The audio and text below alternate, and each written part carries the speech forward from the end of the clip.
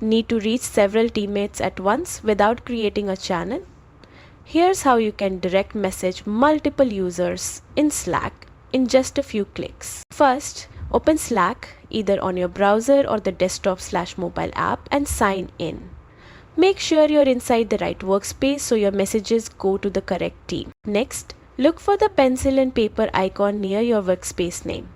Click it to start a new message. In the recipient field, start typing the names of the people you want to message. Slack will auto-suggest users, so just click to add them.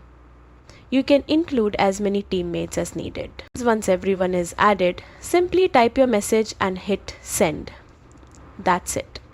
You've now created a direct group message that keeps communication quick and focused without the need for a full channel. Super handy for project updates, reminders, or quick discussions.